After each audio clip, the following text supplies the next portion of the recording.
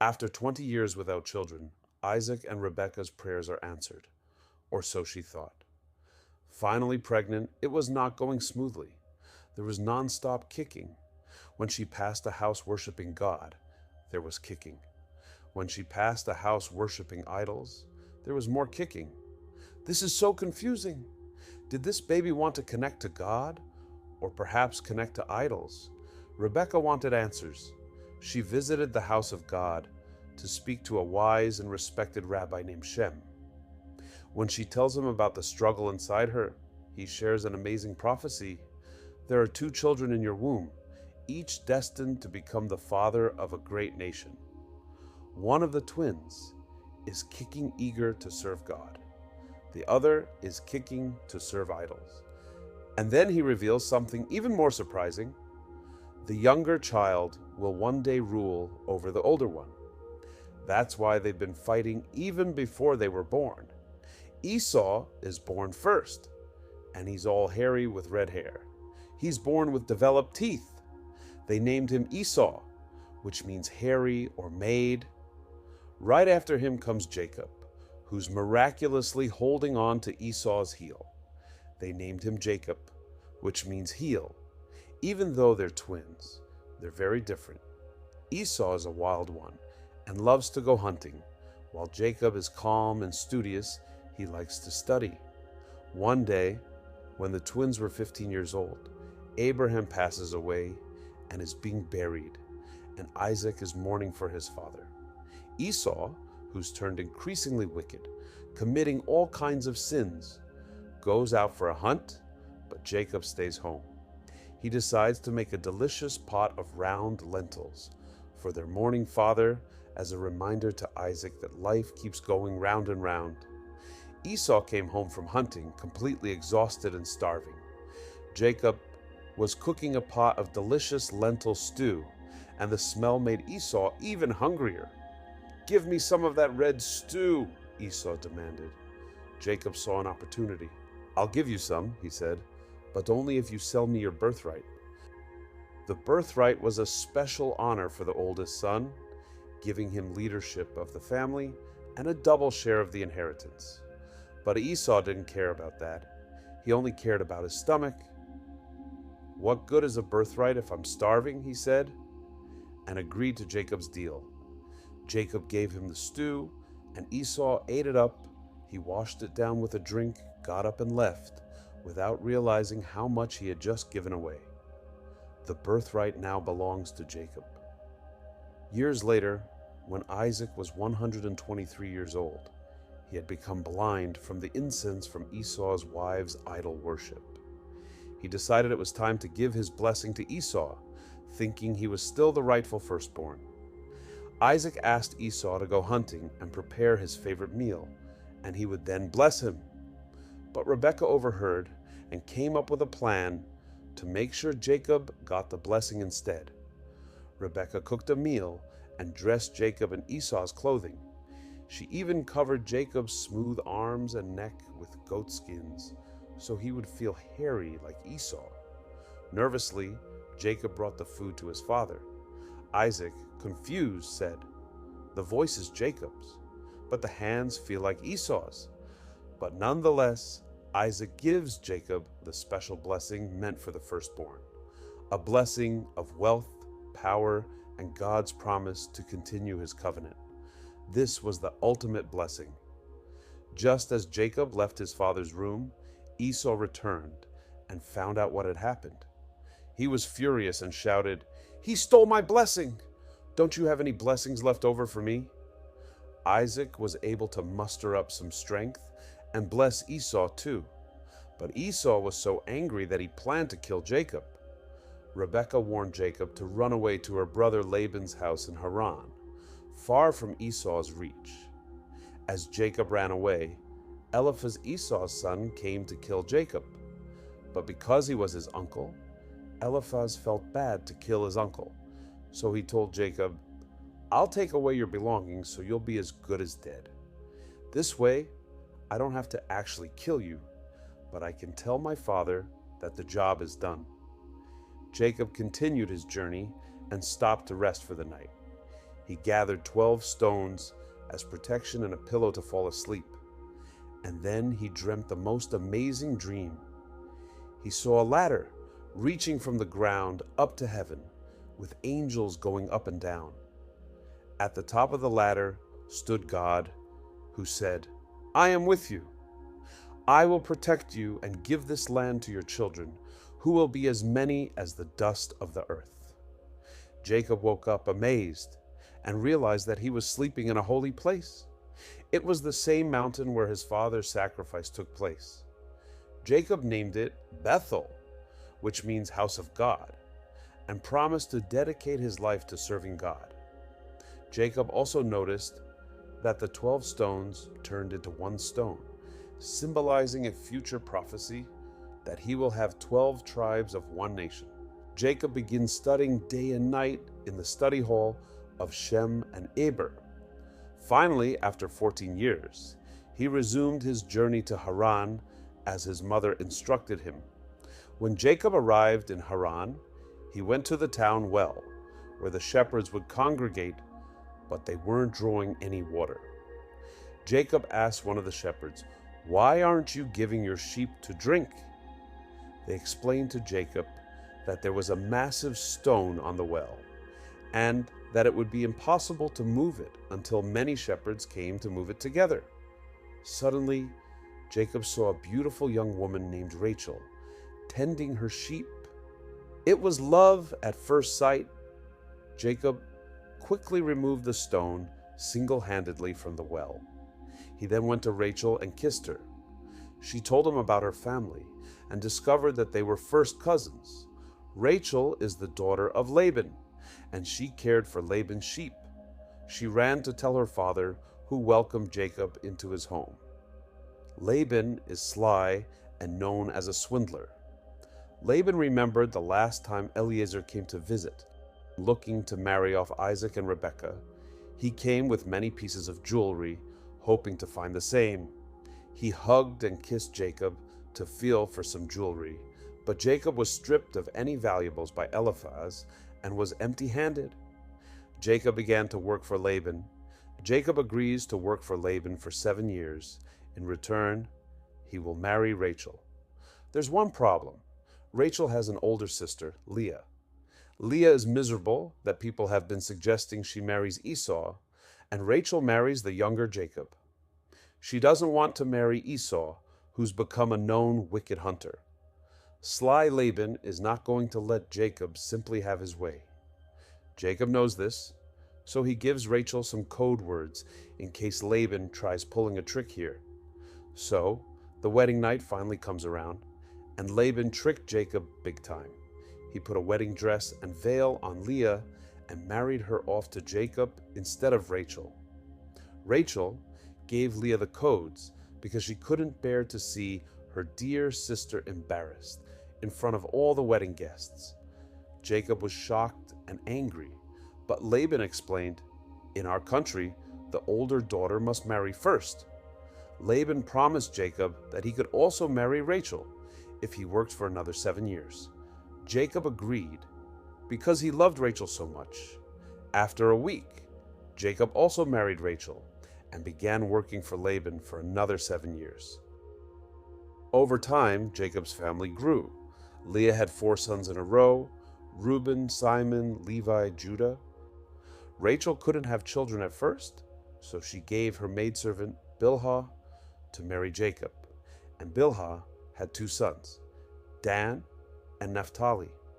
Leah also gave her maidservant Zilpah to marry Jacob, and she had 2 more sons, Gad and Asher.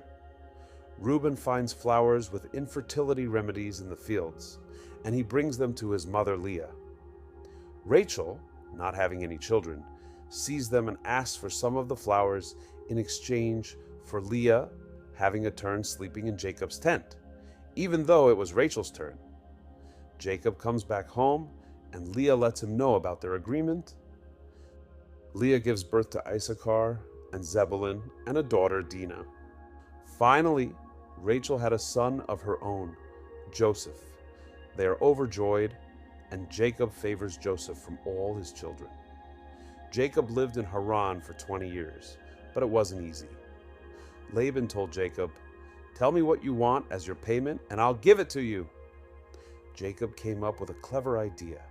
He said, "I'll take only the baby sheep and goats that are born with spots and stripes. You can keep all the plain ones." Laban agreed. But then he tried to trick Jacob. He quickly took away all the spotted and striped animals and gave them to his sons, so Jacob would have nothing to start with. But Jacob was very wise. He made special striped sticks and placed them near the strong and healthy sheep when they were having babies. And guess what? The baby sheep and goats were born with spots and stripes, just like Jacob had said. Over time, Jacob's flock grew bigger and stronger, and he became very rich, even though Laban kept changing the rules to trick him. This was a very powerful and spiritual performance that Jacob did. After 6 more years, God told Jacob, "It's time to go back home to Canaan." Jacob called his wives, Rachel and Leah, and they agreed. It was time to leave Laban behind and start a new journey. Jacob took all his belongings, his 4 wives, 11 children, and in the middle of the night left Haran. Rachel even grabbed one of Laban's idols and took it with her. Laban found out and chased after Jacob. After 3 days, he was about to catch up to Jacob, but he had a dream where God told him not to harm Jacob. The next day, Laban reached Jacob on a mountain called Gilead. "Why did you run away without telling me?" he asked. "I didn't even get to say goodbye. And someone stole my idol."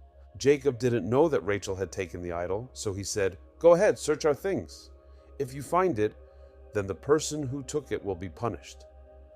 Laban looked everywhere, but he couldn't find it, because Rachel was sitting on top of it. The word of a great man like Jacob holds weight. Later, Rachel passed away during childbirth before her time. Jacob and Laban decided to make peace. To show their promise to be kind to each other, they set up a big stone as a special monument. This was their way of saying, "We will not harm each other, and we will go our separate ways in peace." Jacob promises to take care of his family. Laban goes back to Haran, and Jacob heads off to face his brother Esau after many years. Jacob was worried about meeting Esau. He sent messengers to find out what was going on, and they found out that Esau was coming with 400 men. He divided his family into 2 groups and prayed. He sent gifts ahead to make peace with his brother. That night, Jacob helped his family cross the Jabbok River. He realized he had left some small jars, and he went back to get them. Waiting for Jacob was Esau's guardian archangel. They wrestled all through the night, neither one giving up. Finally, as the sun began to rise, the angel needed to go and sing for God. That morning, seeing that he couldn't defeat Jacob, he struck Jacob's hip, making him limp. Even though Jacob was hurt, he held on tight and refused to let the angel go until he received a blessing. The angel finally blessed him and told Jacob that one day his name would be changed to Israel, a name that would be carried by his children and grandchildren forever. Because of this encounter, we are not to eat meat from the sciatic nerve area. Finally, Jacob meets Esau. Miraculously, they hug and kiss and both cry. Jacob's family then meets Esau, and Jacob convinces Esau to accept his gifts. Esau wants to help them with their move, but Jacob refuses, and Jacob settles in Sukkot while Esau returns to Seir. Jacob moves to the outskirts of Shechem, and he creates an altar for God. One day, Jacob's daughter Dinah went to visit the city of Shechem. But something terrible happened. The prince of the city, also named Shechem, took her and wouldn't let her go. The prince's father Chamor came to Jacob and said that his son loved Dinah and wanted to marry her.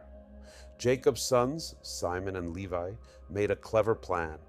They told Chamor that they would agree only if all the men in the city circumcised themselves. The people of Shechem agreed and did as they were told. 3 days later, When the men were still in pain and weak, Simon and Levi took their swords, entered the city, and defeated all the men. They rescued Dinah and brought her home. Jacob was very upset by their actions. He was worried that the other people in the land would come after them. But God protected Jacob and his family, and no one dared to attack them. When Jacob arrived in Bethel, God appeared to him, blessed him, and officially changed his name to Israel, the name that would be passed down to his children and their descendants forever. As Jacob and his family traveled toward Hebron, Rachel, Jacob's beloved wife, gave birth to a baby boy named Benjamin, the 12th tribe of Israel. But Rachel passed away right after. Jacob was heartbroken and buried her by the roadside leading to Bethlehem. This is there until today, known as Kever Rachel. After Rachel passed, Jacob moved into the tent of Bilhah, her maidservant. Reuben moved Jacob's bed to his mother Leah's tent, and this upset Jacob. Reuben should not interfere with Jacob's personal decisions. Finally, Jacob arrived in Hebron, where his father, Isaac, was living. After some time, Isaac passed away, and Jacob and his brother Esau buried him in the cave of Machpelah, where his parents were also buried. Later, Jacob's beloved son Joseph became very special to him. Joseph had dreams that one day he would rule over his family. Jacob gave him a beautiful coat of many colors, which made his brothers jealous. One day, Joseph's brothers decided to sell him as a slave and pretended he had been killed by a wild animal. Jacob was heartbroken when he saw Joseph's bloodied coat. He mourned for 22 years and never got over the loss. Years later, during a famine, Jacob's sons went to Egypt for food and discovered that Joseph was alive and had become a powerful leader. Joseph forgave his brothers and brought the whole family to live in Egypt. Jacob made sure there would be a place for everyone to study. He lived his final and best 17 years in Goshen in Egypt. Jacob was overjoyed to see Joseph again and blessed Pharaoh, showing his deep faith in God. Before Jacob passed away at the age of 147, he wanted to reveal the Messianic era and end of times, but he realized God wasn't fond of that, so he blessed all his sons instead, sharing words about their unique futures. He also blessed Joseph's two sons, Ephraim and Manasseh, giving the younger Ephraim the greater blessing. Jacob lives on vicariously through his children. He was buried ceremoniously in the cave of Machpelah alongside his ancestors. Well, that, my friends, is the wild story of Jacob, a journey of our third patriarch, father of the 12 tribes of Israel. Please like, comment, and share. Let us know whose story you'd love to hear next.